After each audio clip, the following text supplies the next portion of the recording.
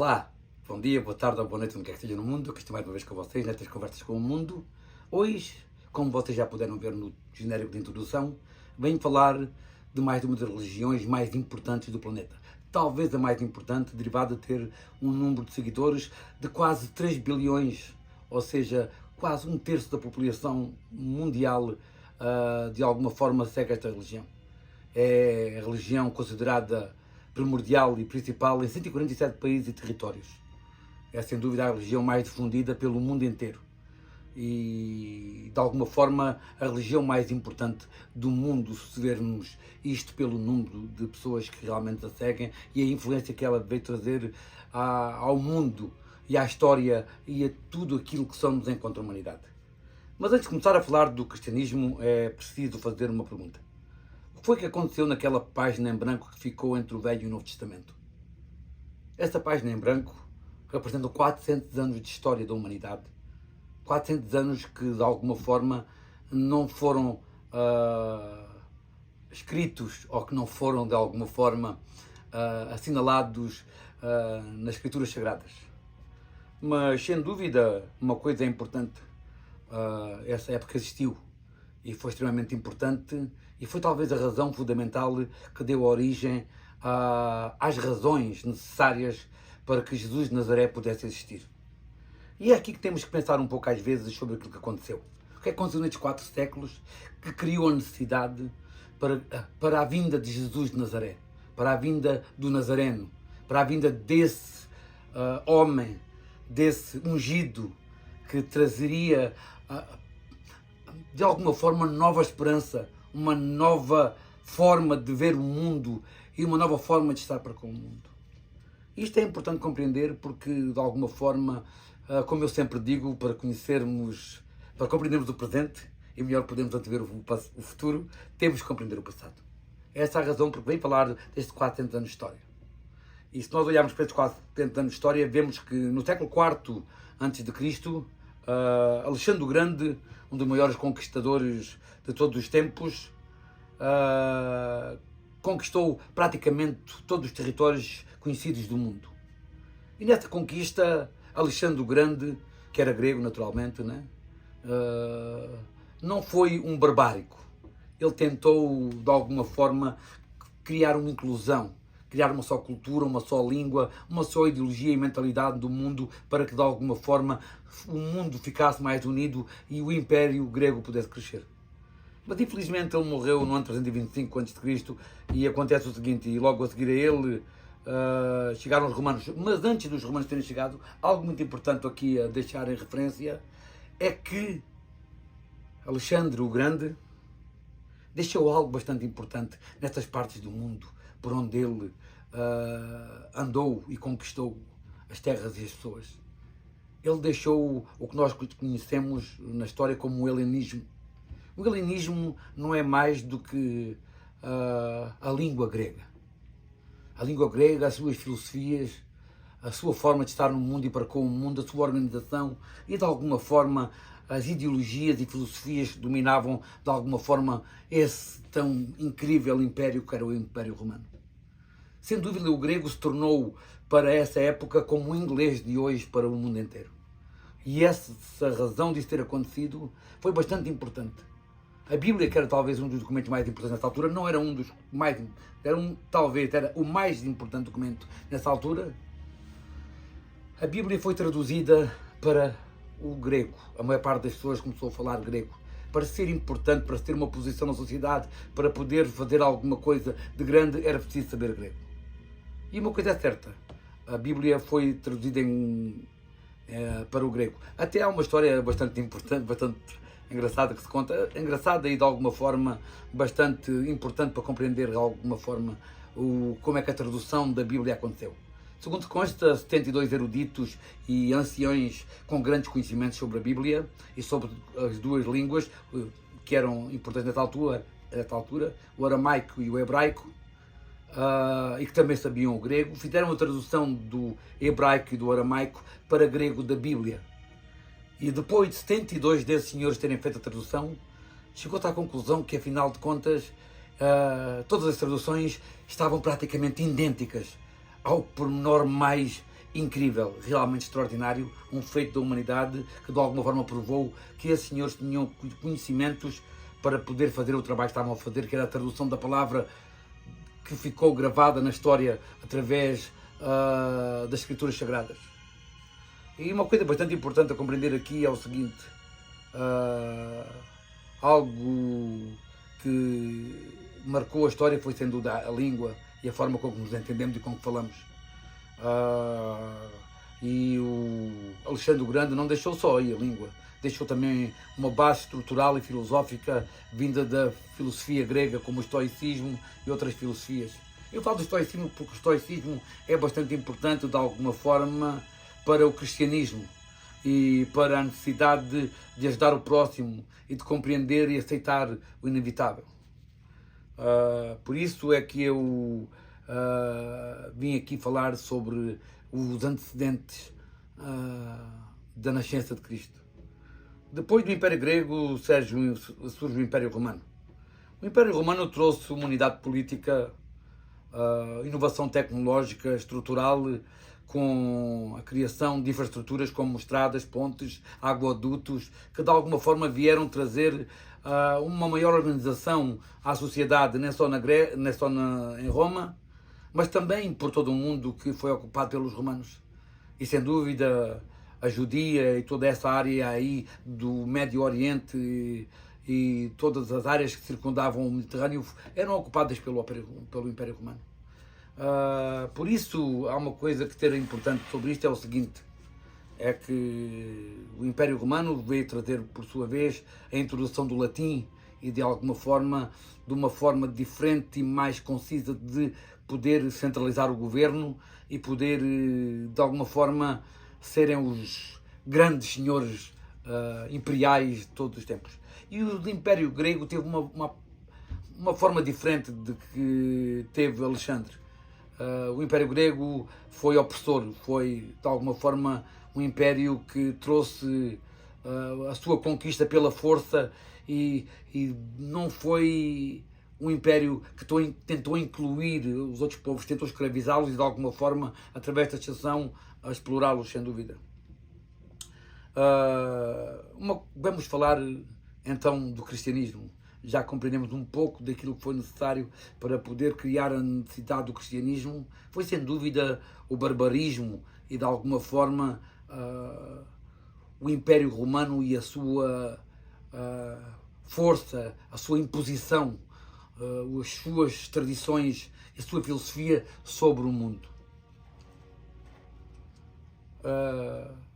Então talvez aí criassem as condições necessárias e a necessidade de uma boa nova, de alguém que trouxesse uma esperança, uma fé renovada e de alguma forma uma maior conexão com a religião e com Deus. O cristianismo há que se compreender desta forma. Hoje vim falar do cristianismo, não vim falar de Jesus. Um episódio que farei, não sei quando, virei falar exclusivamente de Jesus Cristo. De Jesus de Nazaré, o Nazareno, esse carpinteiro, esse filho de Maria e José, quem sabe do divino. Um dia venho exclusivamente fazer um episódio para falar de Jesus. Hoje não vim falar de Jesus. Hoje vim falar do cristianismo e que de alguma forma não posso falar dele sem falar de Jesus Cristo. Jesus de Nazaré, que mais tarde seria Cristo. Como vou explicar à frente, saberão porque é que eu separo Jesus de Nazaré e Cristo. O cristianismo não é uma religião monoteísta, abraâmica, quer dizer, é descendente dos filhos de Abraão. O cristianismo nasce na crença que Jesus Cristo é o Filho de Deus, cuja vinda como Messias foi profetizada na Bíblia hebraica, chamado Antigo Testamento. Registada no Novo Testamento, que é uma coleção de livros que compõe a segunda parte daquilo que nós conhecemos como Novo Testamento, e definidos pela Igreja Católica no Concílio de Hipona em 393 d.C. Este Novo Testamento vem trazer os ensinamentos de Jesus, mas também vem trazer os inventos originários do cristianismo. Os cristãos consideram o Velho Testamento e o Novo Testamento como a chamada Bíblia Sagrada. No Testamento há uma coleção de 27 livros, escrita no grego koiné, que era bastante difundido nessa altura, nessas partes do mundo. Consiste numa nova aliança de Deus com os homens através do seu Filho Jesus de Nazaré, o Cristo. Uma religião para todos sem condições nem pré-condições. A expressão cristianismo só por si vem com a sua fundamental razão: Cristo. Cristo é um título teológico, é um título que é uma expressão grega. Jesus de Nazaré, o homem histórico que viveu na Palestina romana do século I da Era Moderna, nunca se intitulou Cristo, mas sim foi conhecido no seu tempo como Jesus de Nazaré, como Nazareno, e infelizmente, através da sua crucificação, como o rei dos judeus. Mas nunca foi conhecido por Cristo enquanto existiu, e nem nunca se dominou por Cristo, nem nunca disse que era Cristo. A ideia de Cristo é uma expressão um pouco posterior à sua vida. Para alguns, não foi Jesus de Nazaré o homem, ou o Cristo, ou a divindade que teriam fundado o próximo cristianismo. Há vários historiadores e vários pensadores e várias pessoas que estudaram essa época, como Paul Johnson, por exemplo, um jornalista e historiador britânico que nasceu em 1928 e que continua vivo, graças a Deus, né? Ele considera Paulo de Tarso, o chamado apóstolo Paulo, ou seja, aquele homem que não conheceu pessoalmente Jesus, mas se converteu ao cristianismo e passou a ser o primeiro a elaborar uma série de... Como é que eu digo isto? Foi ele que de alguma forma criou e organizou aquilo que nós conhecemos hoje como é o cristianismo. Ele, através de uma elaborada e vasta... como é que eu digo isto? Uma vasta conhecimento daquilo que se tinha passado. Ele, ainda antes dos evangelhos fossem escritos, esse Paulo de Tarso, segundo eu vejo e segundo eu acredito naquilo que eu li através de vários livros, através de várias escrituras, ele é sem dúvida o fundador do cristianismo. Reconhecendo que Jesus faz nascer uma ideia nova e reconhecendo em Jesus a origem. É Paulo que organiza todas as ideias. Nas suas cartas escritas, o primeiro tipo a ser escrito no chamado Novo Testamento. Como é que eu digo isto? Estes textos, junto com os Evangelhos e os Apóstolos de Paulo, as cartas chamadas as Cartas Universais Católicas de Pedro e João e do Apocalipse, é o que nós conhecemos como Novo Testamento. Foi Paulo de Tarso, sem dúvida, que organizou todos estes textos de uma forma inteligente e que depois, aí no concílio, em 393 depois de Cristo, no concílio dos bispos, foi formulado aquilo que já não podia fazer parte daquilo que nós conhecemos como é a Bíblia. Esse conjunto de 27 livros começou a ser escrito após as cartas de Paulo terem sido escritas. O primeiro evangelho, que é o de Marcos, segundo hoje conhecemos na sequência, considerada a sequência oficial, foi escrita antes da destruição de Jerusalém, nos anos 70 depois de Cristo. Certamente por volta de 104 a.C. foi escrito o primeiro evangelho. E certamente nessa época dos anos 70, 60, 70, 80 depois de Cristo foi quando foram escritos praticamente todos os evangelhos. Mas havia uma coisa muito importante. Nesse tempo, essa história já estava bastante fragmentada E todos nós conhecemos que quando se disse que alguém nos contou uma coisa, quando contamos a seguir, já contamos outra coisa completamente diferente daquela que nos foi dita. Se contamos a mesma coisa a uma pessoa e essa pessoa conta a outra pessoa, e essa pessoa conta a outra pessoa, quando vai chegar ao final, afinal de contas, o que foi dito ao princípio já é completamente distinto. Devemos ter isto em conta quando compreendemos a forma com que os evangelhos foram escritos e estas cartas de Paulo de Tarso e todos os textos que fazem parte da Bíblia moderna do Novo Testamento. Uma coisa é bastante importante compreender sobre o cristianismo aqui. Quando Paulo tentou organizar isto, ele compreendeu que o amor devia superar a lei e que o cristão não era apenas um judeu ou um grupo dentro do judaísmo, mas uma fundação e uma nova forma de estar conectado ao amor e com o amor através de uma boa nova, que se chamaria o Evangelho. Aqui Paulo realmente foi bastante inteligente porque ele compreendeu que só através do amor, da compreensão e do perdão que foi trazido pela mensagem de Jesus de Nazaré, podia de alguma forma fazer fundamento, criar uma nova forma de estar na religião para além do judaísmo. O judaísmo nessa altura já estava um pouco fragmentado por vários factores que hoje não venho aqui falar sobre eles. E então Paulo de Tarso, ao falar de uma religião universal e não apenas para o povo escolhido, como era nessa altura o judaísmo, ele criou aí uma possibilidade muito maior de trazer pessoas para dentro da religião. Os judeus sempre se julgaram escolhidos, de uma religião inclusiva para eles e de alguma forma onde não incluía os gentios.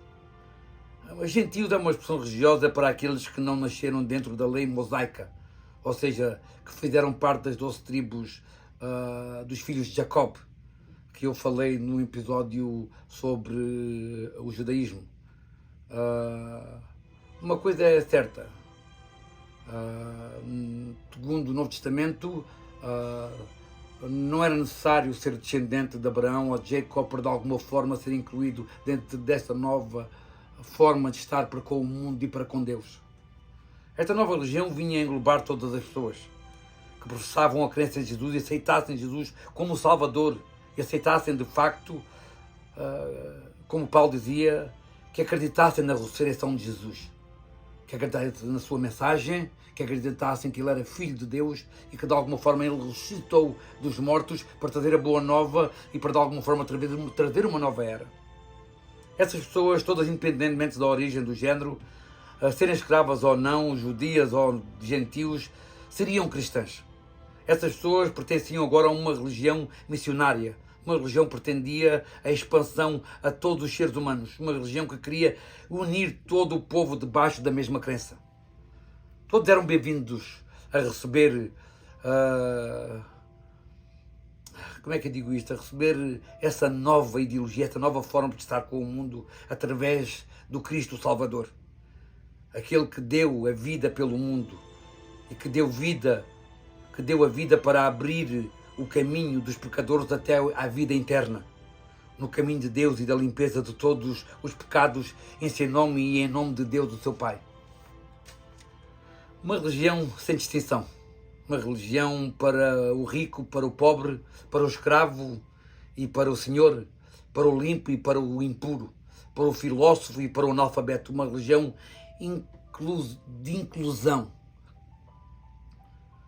não de exclusão, sem distinção para ninguém.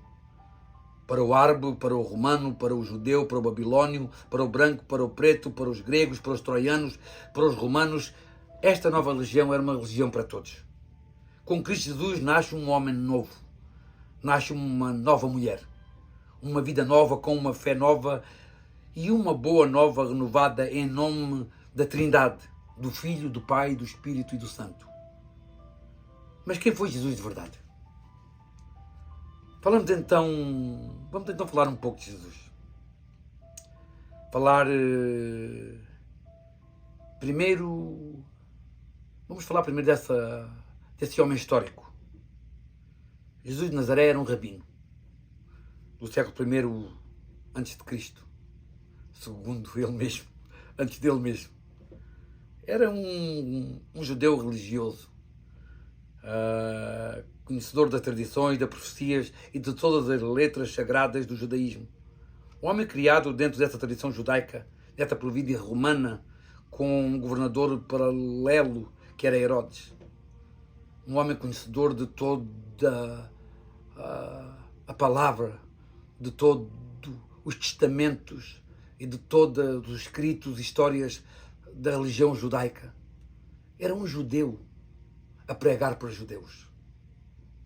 Um homem que, segundo os evangelhos, foi filho de José e Maria, mas que foi concebido através de Maria, segundo os evangelhos, através da força do Espírito Santo.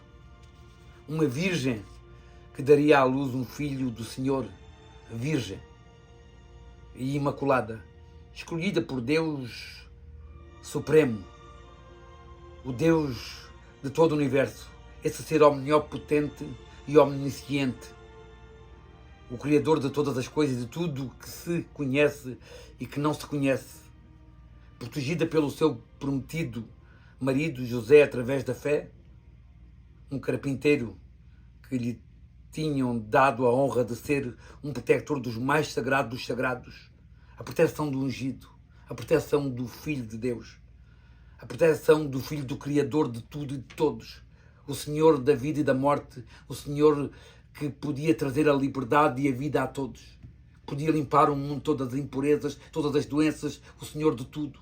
Imaginam a honra de que José sentiu ao saber que podia proteger a vida do Filho de Deus, do Criador de tudo e de todos.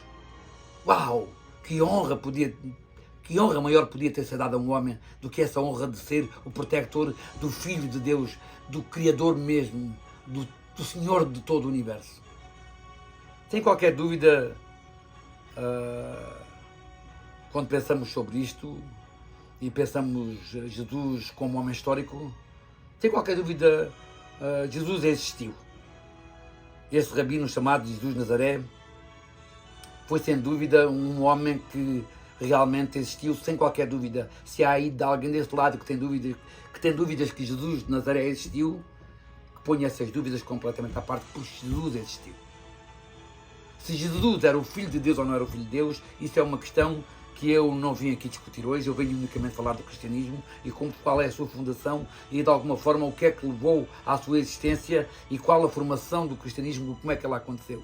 Não venho falar nem discutir a possibilidade dele ter sido ou não ter sido realmente o Filho de Deus. Mais tarde, como já disse, virei num episódio próprio falar e discutir sobre quem foi Jesus de Nazaré, o Nazareno, esse carpinteiro que todos nós conhecemos como Jesus Cristo. Uma verdade é bastante importante. Esse homem existiu. Era um carpinteiro na Palestina do primeiro século. E que veio falar de ideias novas, muitas delas radicais, e que de alguma forma foram descritas em vários livros históricos, através de vários escritores em várias religiões e de várias regiões do mundo vieram falar dele. Outra questão diz respeito à questão teológica, a construção posterior do Cristo, o título para o ungido, o enviado, o Messias, que é uma construção posterior. Não há dúvidas, portanto, sobre a existência de Jesus de Nazaré. Esse rabino e carpinteiro, de alguma forma existiu, talvez não da forma descrita completamente na Bíblia, mas existiu. E é natural que às vezes as pessoas tenham as suas próprias dúvidas, principalmente em várias partes da religião cristã. Existem várias fações que acreditam que ele foi um profeta unicamente, há outros que acreditam que ele foi realmente o Filho, um ungido de Deus. Mas esta figura que é Jesus representa para muitos religiosos de hoje a segunda pessoa da Trindade. Há cristãos, como os católicos atuais, que consideram que Jesus é Deus, ou seja, faz parte da divindade que criou o universo. É uma entidade divina junto ao Pai e ao Espírito Santo. Havia cristãos chamados arianos que não acreditavam que Jesus era filho de Deus. Há outros que de alguma forma acreditam que ele foi um enviado de Deus, mas não um filho, sim um profeta. Alguém que veio trazer uma boa nova. Se nós lermos no islamismo, Jesus existiu como um profeta. E eles só consideram que Jesus não foi o último profeta. Eles acreditam que quem foi o último profeta foi Maomé e não Jesus. Mas acreditam que Jesus existiu. Se nós lermos o islamismo, vemos isso no Corão. Mas uma coisa é certa. Como é que eu digo? Aqui isto há que pensar o seguinte. Quem não acredita que Jesus seja filho de Deus, mas sim um enviado pelo Criador, eles acreditam que Jesus não foi de alguma forma aquele ser histórico escrito e descrito pela Bíblia, mas sim uma espécie de grande profeta, dotado do poder de fazer milagres, mas não vindo dele, mas sim através dele. Tenham atenção a este pormenor, bastante importante. Ele não tinha o poder de fazer milagres. Ele era a ferramenta de Deus usada para trazer esses milagres à existência através dele, não por ele. Ele próprio por si só não teria a capacidade de alguma forma de fazer milagres. Mas ele sim tinha sem dúvida a força e o Espírito de Deus que se manifestava através dele. Jesus só por si não podia fazer um milagre. Esse milagre acontecia através dele, como uma ferramenta de Deus, mas não como ele próprio sendo o criador desse milagre, desse acontecimento, dessa cura, dessa ressuscitação, de fosse o que fosse, acontecia através dele, mas não dele. Ok? Há aqui pôr os pontos em cima dos is. E há aqui uma crença realmente que era Jesus que fazia milagres. Não. Jesus era apenas a ferramenta usada por Deus para tornar esses milagres possíveis. Importante saber diferenciar isto, porque isto é sem dúvida uma das partes mais importantes da compreensão ou incompreensão sobre quem era Jesus e quem foi Jesus de Nazaré, o que nós conhecemos como Jesus Cristo. Este homem era um homem igual a todos nós, mas também um ser divino. A segunda pessoa da Trindade, do Pai, do Filho e do Espírito Santo.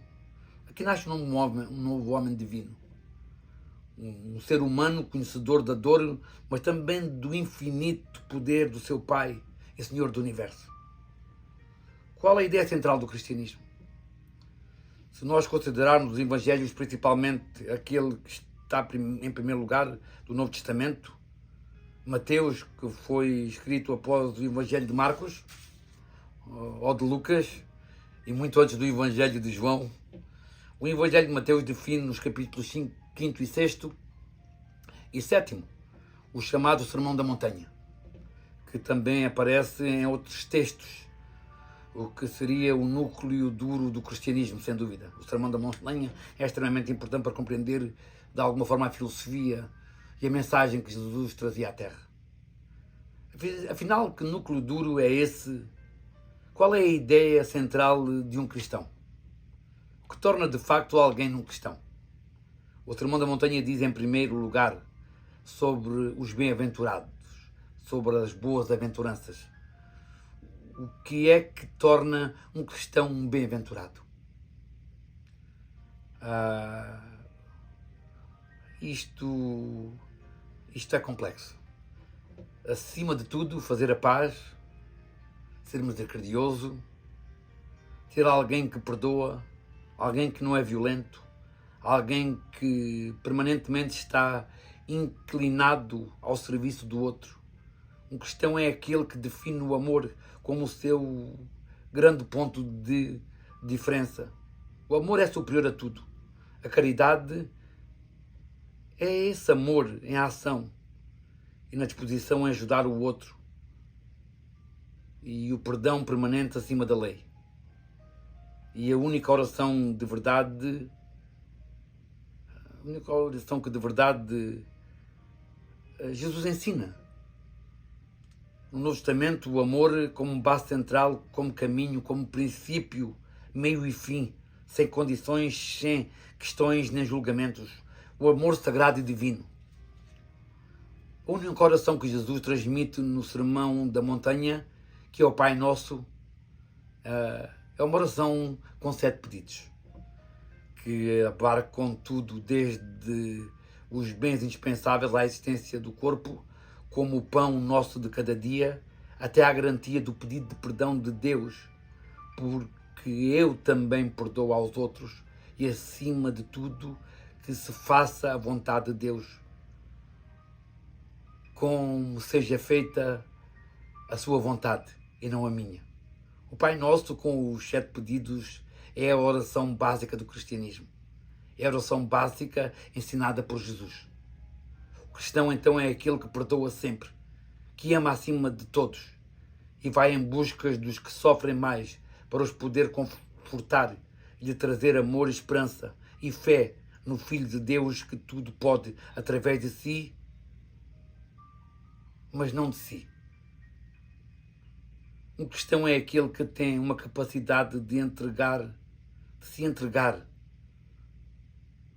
de dar caridade acima de qualquer outro, e que vê na figura do irmão que sofre o ideal a ajudar, porque ali está Jesus na sua ação e na sua mensagem em vida e espírito. Em Mateus 25, conseguimos compreender que Jesus apenas perguntará no fim dos dias: você amparou os doentes? Você ajudou os necessitados? Você praticou a caridade? Mateus 25 diz que se você seguiu estes gestos, você entrará nos eleitos. No fim dos dias, você será, sem dúvida, um dos escolhidos por Jesus nesse fim dos tempos.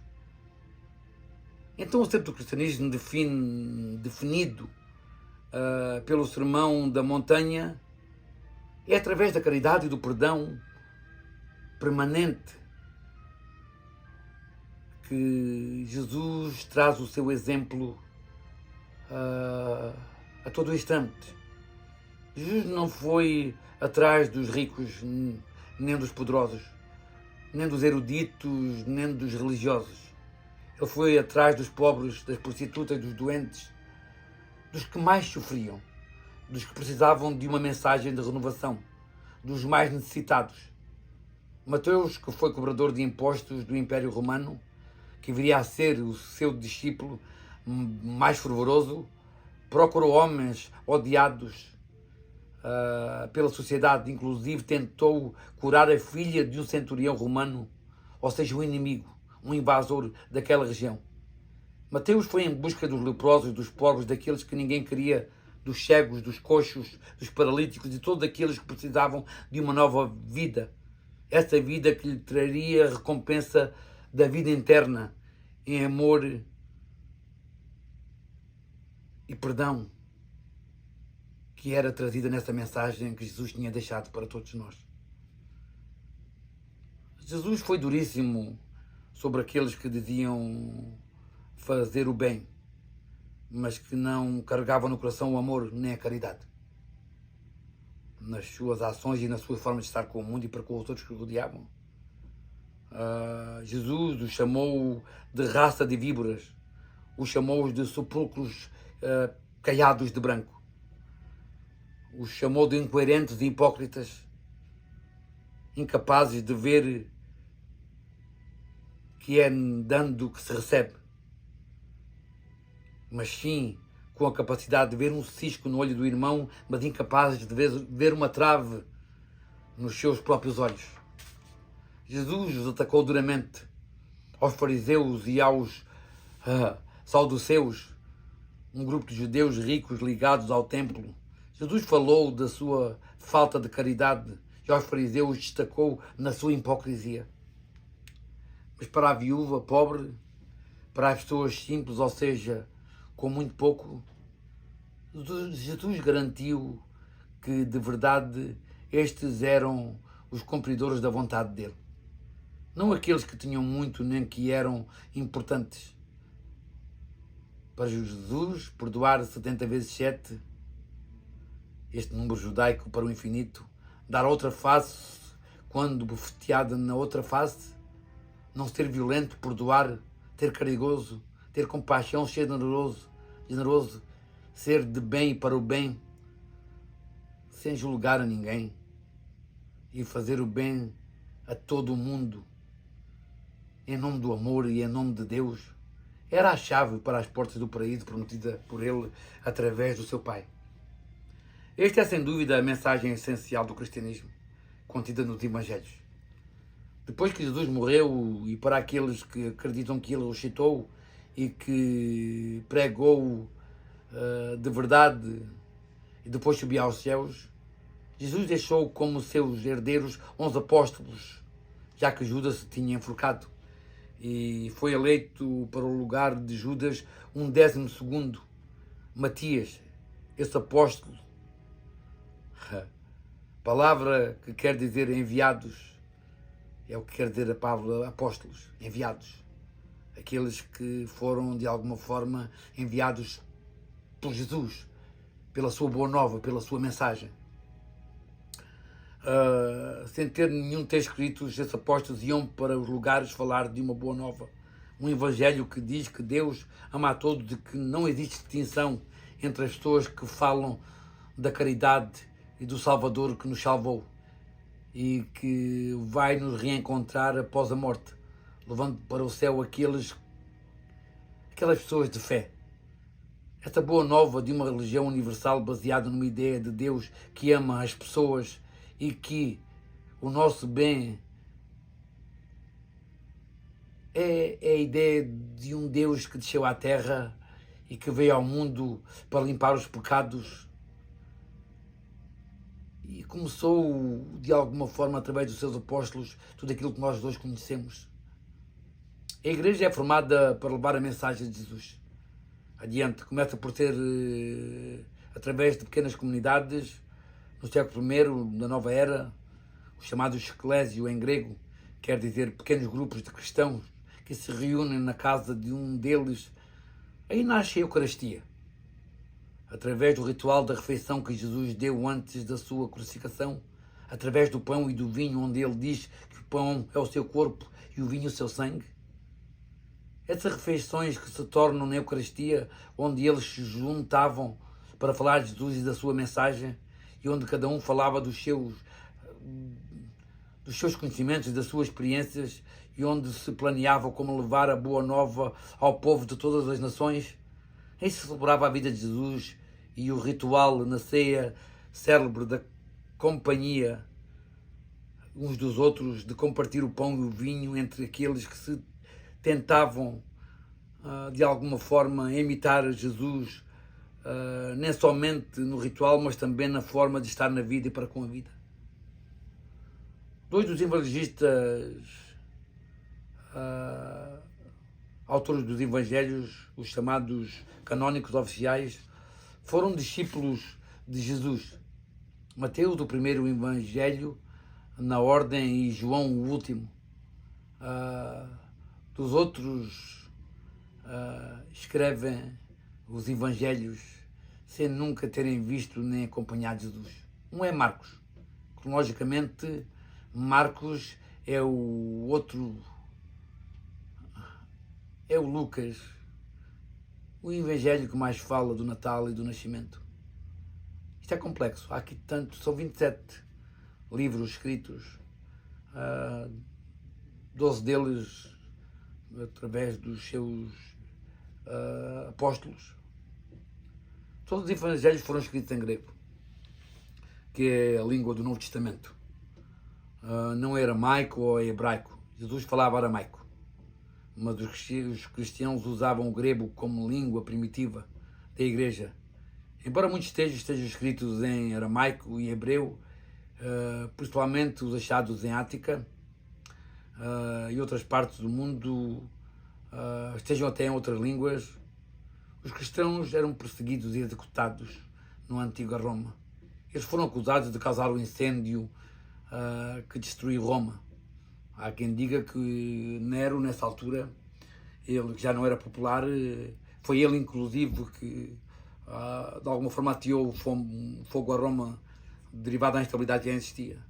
E depois de ele ver que os únicos bairros que não foram afetados durante os incêndios foram os bairros dos cristãos, ele de alguma forma culpou os cristãos de terem sido eles a causar o incêndio de Roma. E derivado a isso, os cristãos começaram a ser perseguidos de uma forma brutal, eram executados, eram incendiados vivos, queimados vivos, como lamparinas do templo. Eles eram perseguidos por todas as partes e de alguma forma eram procurados pelas gentes e denunciados para poder de alguma forma limpar o povo desses que tinham queimado Roma. Mas há quem acredite que Roma unicamente se assediou derivado à sua estrutura não estar de alguma forma organizada para evitar que esse incêndio pudesse existir e se propagar da forma que se propagou, ao ponto de 2/3 da cidade ter completamente ficado queimada, destruída completamente. Mas uma coisa é certa, para além de serem acusados do incêndio, eles também eram acusados de não ser favoráveis às divindades e deuses romanos e do imperador romano desse tempo. Todos estes factores foram evocados como razão da sua perseguição.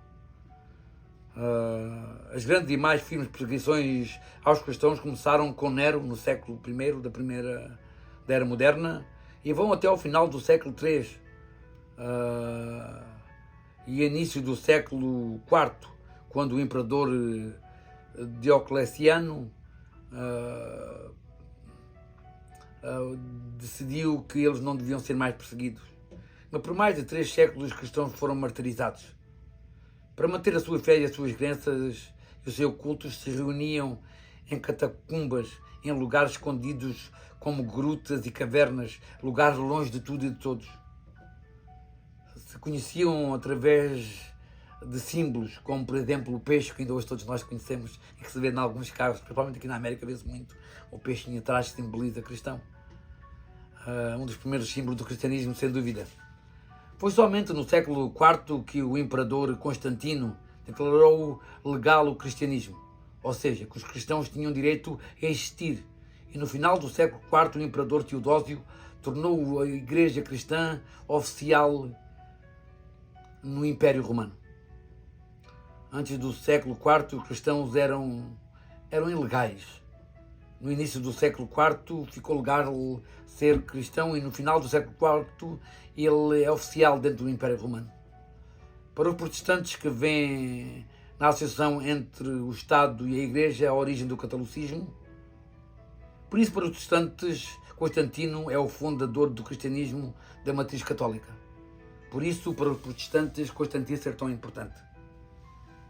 Para os católicos a religião católica começa em Jesus, passa pelos apóstolos e desde o princípio dos apóstolos Pedro, que teria sido formado o primeiro Papa, ou seja, o primeiro homem a organizar a autoridade dentro da Igreja primitiva, até ao atual Papa, nessa sequência de homens eleitos para governar a Igreja. Nós temos a origem do catolicismo. Para os protestantes, isso começa com o imperador Constantino. Todos os cristãos têm em comum os 4 evangelhos, Mateus, Marcos, Lucas e João. Têm em comum um livro histórico, o 5º livro do Novo Testamento, o Atos dos Apóstolos, e em comum um conjunto de cartas de Paulo de Tarso, algumas diretamente atribuídas a ele, como por exemplo Coríntios, Efésios, e outras por tradição atribuídas a ele, como a Epístola aos Hebreus, um conjunto de cartas menores escritas por João, Pedro, ou Judas, Tadeu e, por fim, o Apocalipse no 27º livro do Novo Testamento, atribuído ao apóstolo João, que teria narrado uma questão relativa ao fim dos tempos, uma questão relativa à segunda volta de Jesus. Este conjunto de 27 livros é o corpo que dá vida ao cristianismo e que hoje todos conhecemos como o livro mais traduzido através de toda a história. Sem dúvida, a Bíblia é o livro mais traduzido de toda a história e o livro mais vendido em todo o mundo. Nunca podemos esquecer que os primeiros cristãos foram judeus, e ainda com práticas judaicas, como a circuncisão, o sabate e outras práticas religiosas de matriz judaica. Jesus era um judeu, pregando para judeus, não Cristo, mas como um rabino judeu falando para judeus. Durante séculos, muito ao cristianismo existiu, que era de alguma forma submisso, digamos, ao bispo de Roma, ao Papa, que ia ganhando cada vez mais autoridade. A partir do século XI da nossa era, uma disputa entre o patriarca de Constantinopla, de tradição grega, e do bispo de Roma, de tradição latina, fez nascer duas igrejas separadas.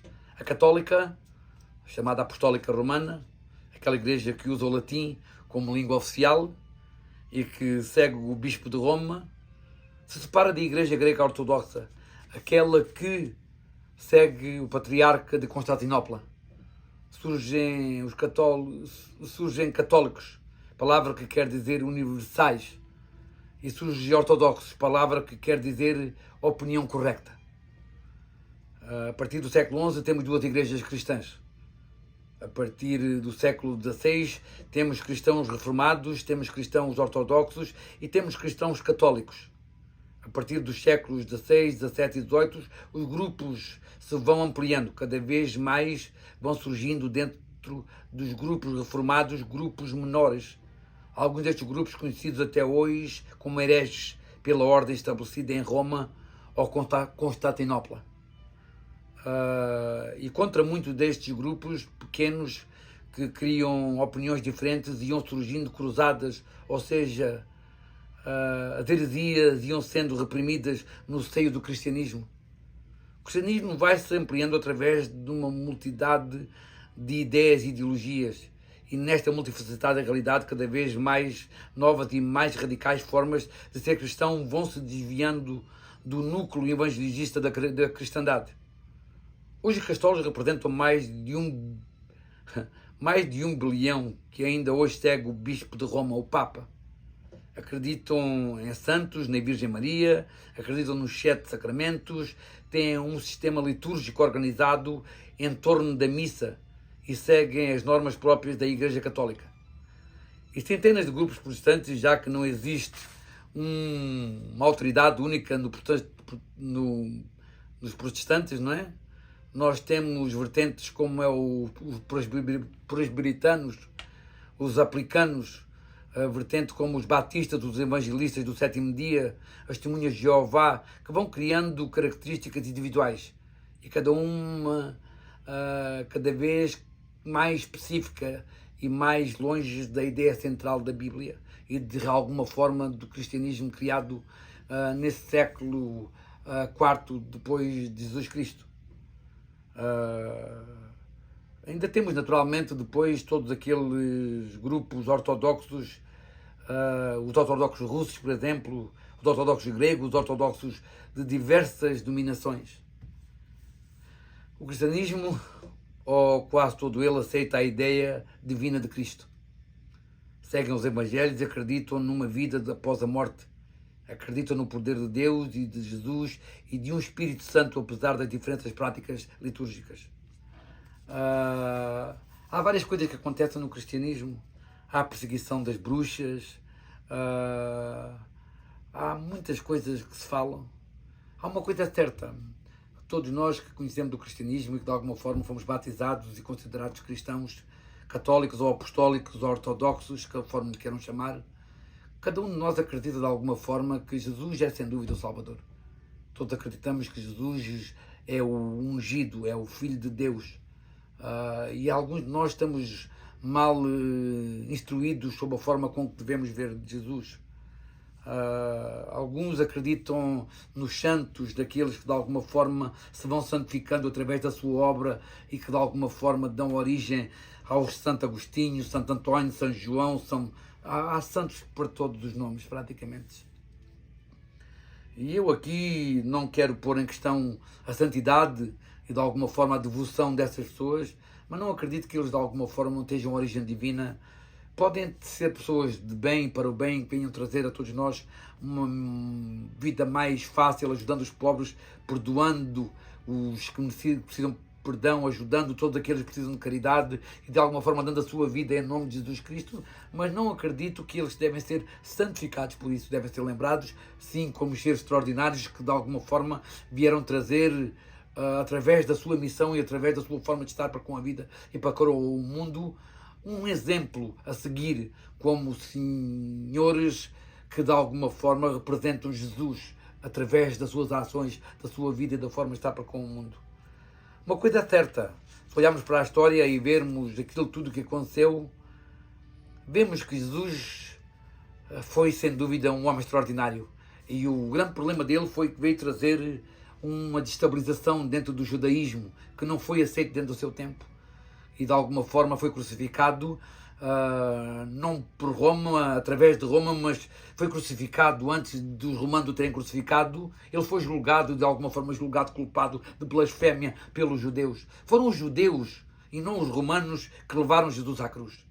Unicamente usaram os romanos como um instrumento para levar Jesus à cruz, para o condenar, por ele trazer ideias radicais e de alguma forma desafiar nem só os senhores que de alguma forma nessa altura eram os grandes eruditos, os grandes rabinos dentro do judaísmo, mas Jesus vinha trazer uma ideia nova, vinha trazer uma nova forma para estar com o mundo. E através da sua forma de dizer que era filho de Deus, isso foi considerado uma blasfémia quando ele usava a sua, digamos, a sua divindade, a sua capacidade de poder realizar milagres através dele. Ele não fazia aquilo que fazia parte da tradição judaica, que era o sabate. Ele não respeitava o sabate. E para os judeus o sabate é sagrado. Nesse dia, no sétimo dia, Deus descansou depois de ter construído tudo aquilo que nós conhecemos. E para o judaísmo, nesse sétimo dia não se pode fazer nada, não se pode tocar em nada. Jesus realizava milagres nesse dia, ele profetizava nesse dia, ele de alguma forma falava aos gentios e a todo o mundo, ele aceitava todos, incluía todos. Isto para o judaísmo era errado, eles acreditavam que eles eram o povo escolhido e só eles tinham direito. Outra coisa muito importante também, porque é que os judeus não aceitaram Jesus Cristo? Porque segundo o judaísmo, Jesus, o Cristo, ou seja, o Cristo, esse Messias que virá para salvar o mundo, ele limpará o mundo de toda a dor, de toda a guerra, de toda a indiferença, de toda a desigualdade entre a humanidade e ressuscitará todos os judeus que alguma vez já morreram e reconstruirá o templo de Salomão. Isto faz parte do Testamento Antigo, de onde o Tanakh e o Torá fazem parte. E de alguma forma este Jesus que os judeus veem é um judeu que vem contradizer muito daquilo em que o judaísmo acreditava. Para os romanos, eles eram apenas os governadores daquela área e eles respeitavam de alguma forma o judaísmo para manter uma paz equilibrada minimamente com esse povo que eles ocupavam. Jesus de Nazaré foi sem dúvida um homem extraordinário. Se ele é filho de Deus, se ele não é filho de Deus, isso é algo que eu não posso jamais poder trazer a vocês como uma verdade definida e completamente concreta. Um dia virei falar de Deus, de toda a sua história conhecida, pelo menos dentro da nossa história e dentro da nossa, do nosso conhecimento sobre o que é que foi esse homem histórico que todos nós conhecemos como Jesus de Nazaré, que mais tarde, através de Paulo de Tarso, começou a ser o Cristo, ou seja, um ungido, o Messias que veio de alguma forma limpar os pecados do homem para trazer a ele a vida interna através de uma nova mensagem e de uma boa nova, onde trazia aí a mensagem do amor, do perdão infinito para tudo e para todos, sem de alguma forma distinção entre os escolhidos e os gentios, porque gentios não é mais do que uma palavra grega para aqueles que não são escolhidos. Mas uma coisa é certa: sem dúvida, Jesus foi um homem extraordinário e foi um homem que, sem dúvida, mudou o mundo em todos os sentidos e continua a mudar o mundo.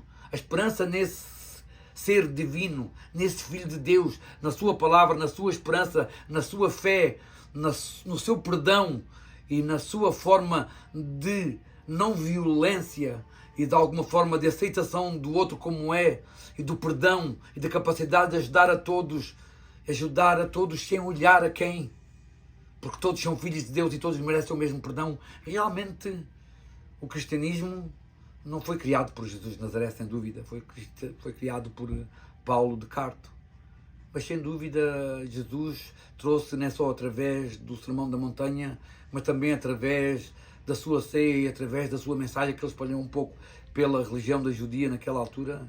Ele veio trazer, sem dúvida, uma boa nova e uma esperança de vida que ninguém nessa altura tinha experimentado, e isso para esse povo humilhado, escravizado e de alguma forma reprimido pelos romanos era uma esperança, era uma nova forma de poder acreditar numa renovação, acreditar que algo melhor esperava para eles, porque eles estavam de alguma forma cansados, tristes e massacrados constantemente pelo Império Romano através de impostos brutais que os deixava numa miséria brutal. Tudo isto fez nascer este Senhor chamado Jesus de Nazaré, que veio trazer essa boa nova de renovação do novo homem numa nova mulher, onde o perdão era essencial, era a base. O perdão e a bondade e a misericórdia eram, sem dúvida, a base de uma nova forma de estar para com o mundo que nos rodeavam e para com o opressor também. Se não podes com eles, junta-te a eles. Aprende a perdoar e aprende, de alguma forma, a ser bondoso mesmo para com aquele que é mau contigo. E aí podes, de alguma forma, libertar-te dessa dor. E podes, de alguma forma, através mesmo dessa dor, ser feliz, de dar mesmo quando não tens, de fazer mesmo quando não deverias fazer. Isso é realmente extraordinário. É aí que Jesus, para mim, ganha uma notoriedade extraordinária, porque ele tem a capacidade de trazer ao mundo uma boa nova, uma renovação que, de alguma forma, traz uma energia positiva a todos. E que dá a todos a possibilidade de todos serem filhos de Deus e de todos serem reunidos no fim dos tempos com Ele. E de alguma forma se reunir nos céus junto a Ele e viver uma vida interna nesse lugar extraordinário que todos conhecemos como é o paraíso. João vem no último capítulo, no Apocalipse, de alguma forma trazer a segunda vida de Jesus no final dos tempos, onde Ele juntará todos através de uma ressurreição incrível em que todos aqueles que fizeram bem se juntarão a Deus e a Jesus Cristo no paraíso. Sem dúvida, o cristianismo é uma mensagem extraordinária, uma mensagem linda, que traz a todos uma esperança renovada e uma fé em algo maior do que nós e mais do que nós podemos compreender enquanto apenas seres humanos. Algo aqui eu posso referenciar. Sem dúvida, ter sido uma religião que tem trazido a muita gente uma alegria e um preenchimento de um vazio que muitos tinham ou têm, como nada o tem feito em nenhuma religião, tão profundamente como o cristianismo. Hoje vim aqui com vocês trazer um pouco do conhecimento do que é que fundamentou a nascença do cristianismo, dessa religião formada através de Paulo de Tarso e que de alguma forma foi organizada por ele e através do Novo Testamento veio trazer uma nova fé e uma nova esperança a todo o mundo. Hoje fico aqui com este episódio, espero que tenham gostado e espero vos encontrar no próximo episódio, em que vem trazer mais de uma religião que de alguma forma faz parte das ideologias e filosofias do mundo que nos rodeia. Hoje fico aqui com um bom dia, uma boa tarde, uma boa noite, onde quer que esteja o mundo, e até ao próximo episódio destas Conversas com o Mundo.